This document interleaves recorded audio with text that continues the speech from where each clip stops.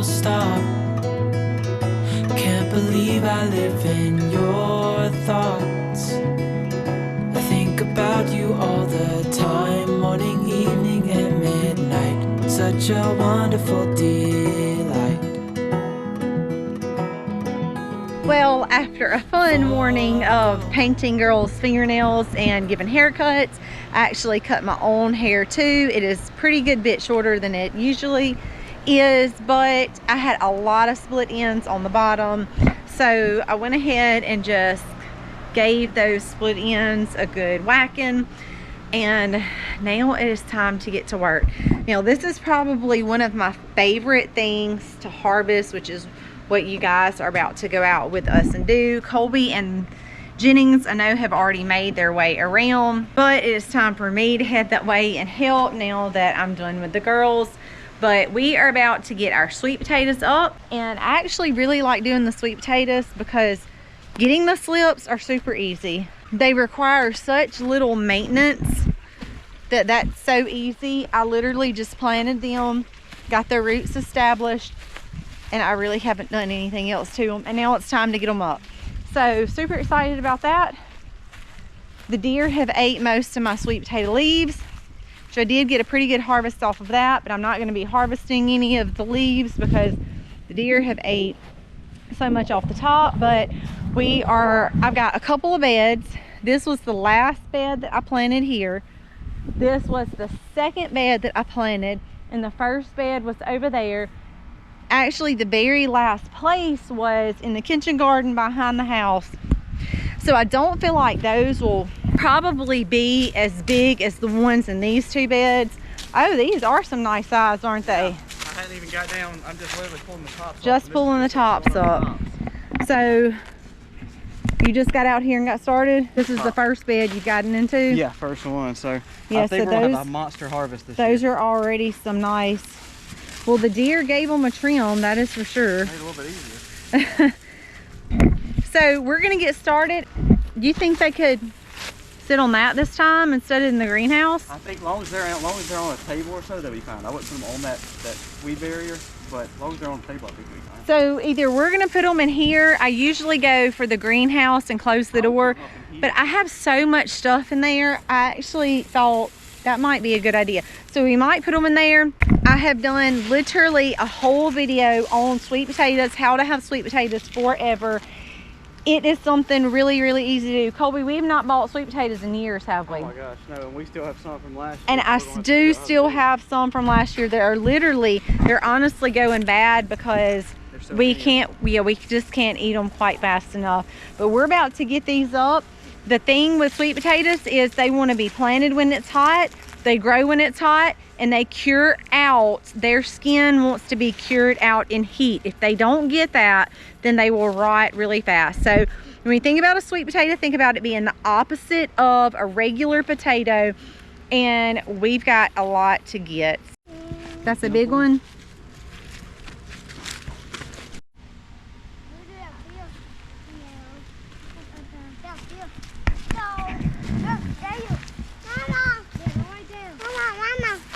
So put it in the wheelbarrow. Let me see, Liddy. And I've come out here to say that I love you. Ooh, ooh, you, ooh, ooh, you,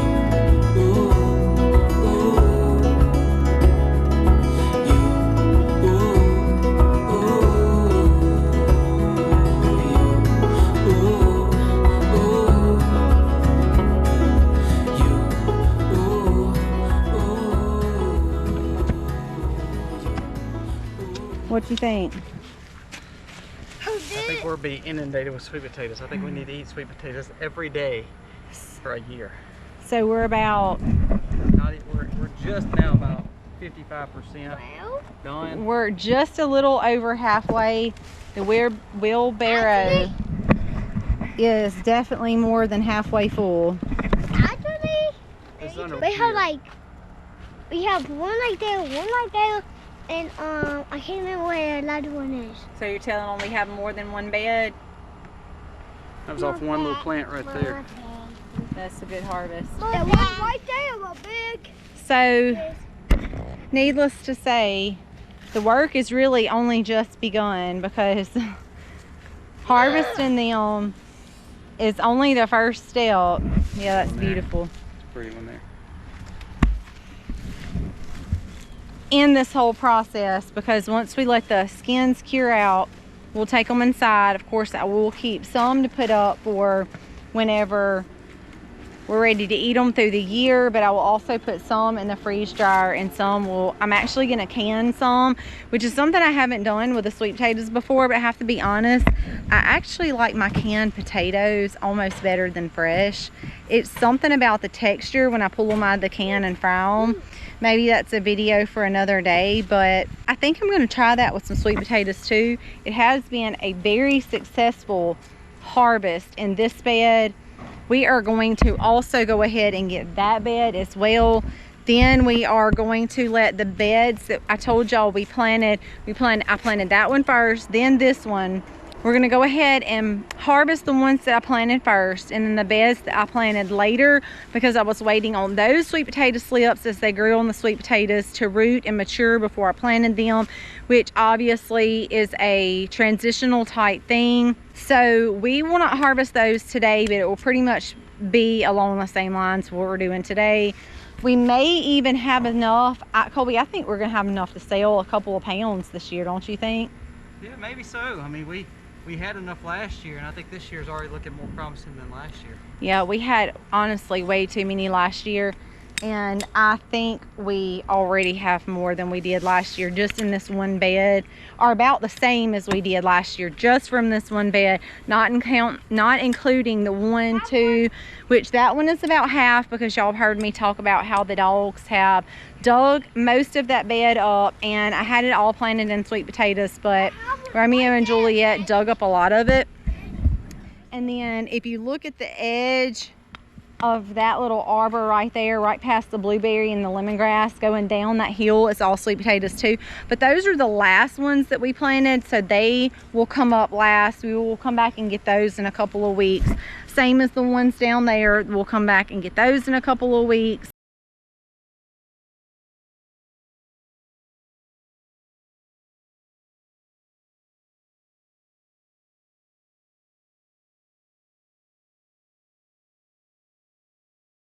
So what do you think? I think this bed's even more.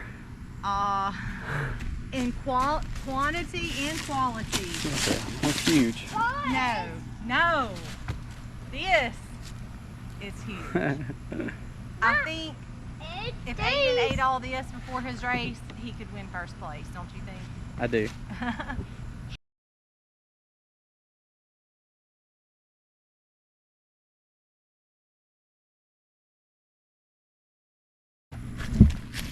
Potatoes. Well, y'all, it's almost dark.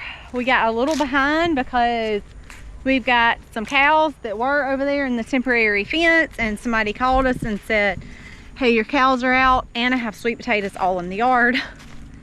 So we did get a little behind.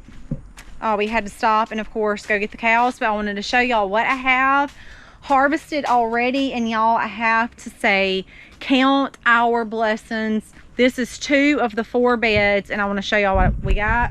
So this is a standard table. This is a 6-foot table. These are 2 tables right here. These are both 6 foot too, and they are covered. So that just goes to show you how much food you can grow in a 12 by 12. Either these are 12 by 12 or 12 by 14. I'm pretty sure they're 12 by 12. So we got this one done. We got that one done right there that we also told you we were going to get done beside the little greenhouse. Now all of this right here, this will go to the sheep. Cow will eat some of it, the rabbits and the chickens and the pigs. So all of this scraps that you see that we have right here, this will not go to waste. And this is a big, huge pile. That over there will not go to waste. Nothing goes to waste here. Those will all be used to feed the animals. I actually took some slips and dropped them in a jar of water, and I'm going to plant those and leave those over in my greenhouse. And come April, when it is really warm here in the south and we do not have any more frost, chances of frost on the ground, my sweet potatoes again will go right back in the beds, and we'll just literally start this process right back over. This is the other section. That's not growing where the dogs dug up, but you can see this has actually been ate off, and it is growing amazing. I mean, it has literally, some of this has been cut off, but some of it's been ate off. Between the deer and the sheep, you know, it just is what it is. It's still growing, so I cannot complain whatsoever. So we will still have that section, and we have another section over here. And update, final decision on the chick thing is I just loaded an incubator with 9 eggs. We did go ahead and decide to hatch out one more batch because Romeo and Juliet got a hold of. And just a little clarification from a couple of people, because a couple of people were jumping in the comments saying, why would you keep a dog that killed an animal? Why would you even take a chance with that? Blah, blah, blah. Well, here's the thing, y'all. They did not aggressively go in there in rage and anger and kill them for the kill.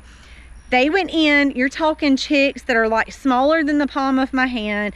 And when they get in there trying to herd them or play with them, and they are puppies themselves, which means they still have to learn. When they get in there and try to play with them or herd them, naturally that's going to kill your chicks. So it was not out of any type of viciousness. It was not any kind of anger. We would never keep a dog or dogs that was going to harm any other animal intentionally. So I just wanted to clarify that. But we did go ahead, final decision. We are going to hatch out another batch of chicks, and the roos, like we said, are going to go to freezer camp. All the hens will be added to my flock of hens for increased egg production next spring when we get ready to hatch out the first batch of meat birds from our farm. So here is the other section of sweet potatoes, and behind my ginger right here is another section. You see the deer have been coming to clip it off. That's okay, it does not hurt what's underneath. All of this area right here was also planted in sweet potatoes. So again, that just goes to show you how much food can grow out of one small area. The bed right there is how big? Is that one a 12 by 14 or 12 by 12? No, that's actually a that's 8 by 6? No, that's a 8 by 8 right there. Okay, and then that one is a 12 by 12, that's a 12 right? by 12, yeah. Okay, that's what I thought. So I was just telling them that we have probably, what, 200 or 300 pounds? Oh, probably 300 or 400 pounds. Easily, just from those two beds. So that just right there goes to show you how much food you can grow in a small space. And here's the key too, what Misty was talking about. This one's a smaller bed and it grew just as much, but it's years of good compost going on there. So the more you help your soil, the more you benefit, the more you cover it up, the better it gets. Yep, so with all that being said, guys, that goes to show you can grow so much food in a little space to put up in your pantry. We told y'all we're gonna be eating ours fresh. We're gonna be freeze drying it. We're gonna be canning some, putting that food up in your pantry. Little bitty space, lots and lots of food. We'll catch y'all next time. God bless. Happy homesteading, y'all. Happy homesteading.